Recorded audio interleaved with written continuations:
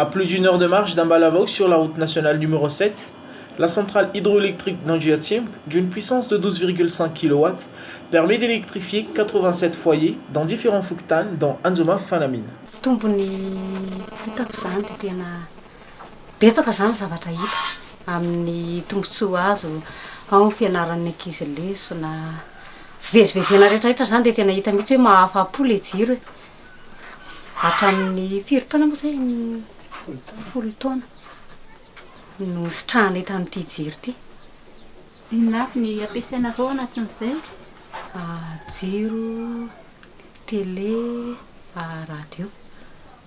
C'est une ampiasainay. Mais ce n'est pas suffisant pour électrifier tout le monde. Un projet d'extension de cette centrale est en vue afin d'augmenter le nombre de bénéficiaires à 800 voire 900 foyers abonnés. Une puissance de 100 kW sera disponible. Le coût du projet est estimé à 656 000 €. Une mission de l'association française Travaux Publics Sans Frontières est attendue la semaine prochaine.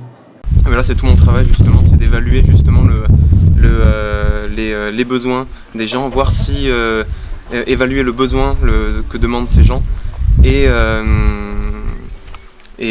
afin de répondre au mieux et de proposer un mécanisme de paiement qui soit le plus adapté aux populations ici. Concrètement, ça veut dire quoi? Concrètement, ça veut dire savoir exactement combien ces gens payent aujourd'hui pour avoir accès à un éclairage, que ce soit du pétrole lampant, que ce soit des bougies, savoir combien ils payent pour ça.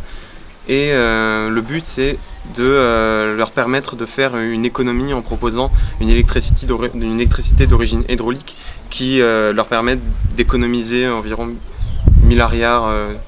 Si on arrive à leur faire économiser 1000 milliards en dépenses par mois, c'est déjà quelque chose de bien. Avec la réalisation de ces travaux qui seront définis après l'obtention du financement, le village d'Ampani figure parmi les bénéficiaires. Comme les habitants d'Anzoma Fanamine, les villageois pourront accéder à l'électricité à partir de 5 milliards par mois.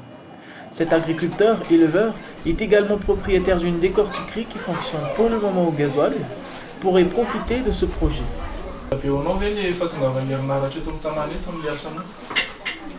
Izy aloha raha ohatra hoe mety le tsy dia ohatra hoe raha ohatra hoe mety azahoako tombo kokoa no le mampiasa gasoil zany le izy a dia misy tombontsoa anahy.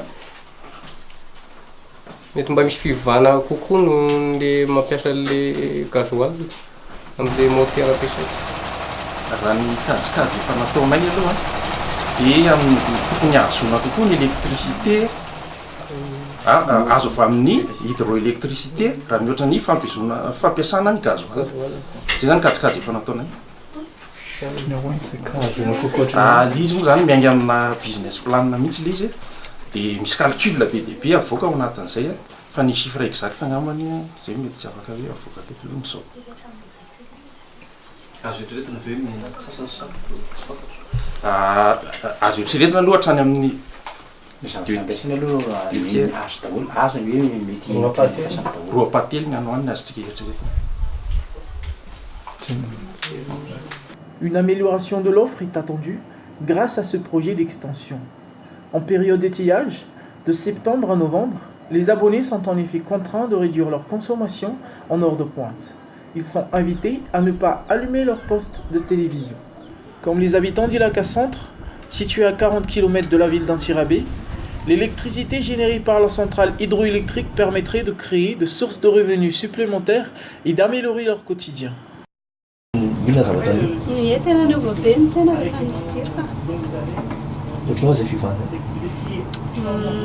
Zavatra mangatsiaka zany tena mitady zany le voyageur dia mitady le zavatra mangatsiaka. Dia mahalafo bebe koa.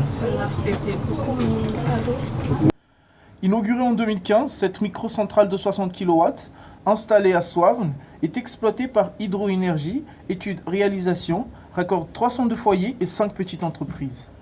Une hausse du nombre des abonnés est encore possible. C'est pourquoi le paiement des redevances a été facilité pour alléger les charges des ménages, notamment en période de soudure.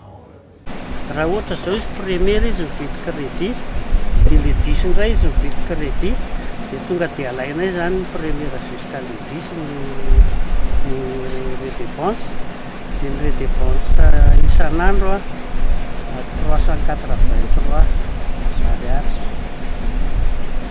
Dans le cadre de la promotion des énergies renouvelables, la réalisation des nouveaux projets ou l'extension demeure une priorité pour augmenter le nombre de villages électrifiés. Mais l'accès aux offres déjà existantes reste encore à travailler. Oui, c'est vrai que le prix de l'électricité à Souaves est relativement élevé par rapport au pouvoir d'achat de la population. Néanmoins, il faut savoir déjà que nous, au niveau du ministère de la Terre, on va chercher des projets qui tiennent des projets durables, mais aussi, il faut voir aussi la rentabilité des opérations du secteur privé. Néanmoins, au niveau du ministère ou bien de l'ADER, on cherche à trouver des solutions pour pouvoir diminuer ce coût d'électricité afin d'augmenter, accélérer surtout l'accès de la population rurale en énergie électricité. Donc, par exemple, pour ce projet à Souaves, là où on n'utilise plus de poteaux bois, c'est pour la préservation de l'environnement, mais on utilise des poteaux béton. Tous ces investissements entrent dans le calcul du kilowattheure, mais donc on verra plus tard comment on va résoudre ce prix. Environ 60 projets solaires et hydroélectriques sont en cours d'exploitation sur l'ensemble du territoire. L'existence d'un énorme potentiel dans ces deux domaines explique la priorité qui leur était accordée.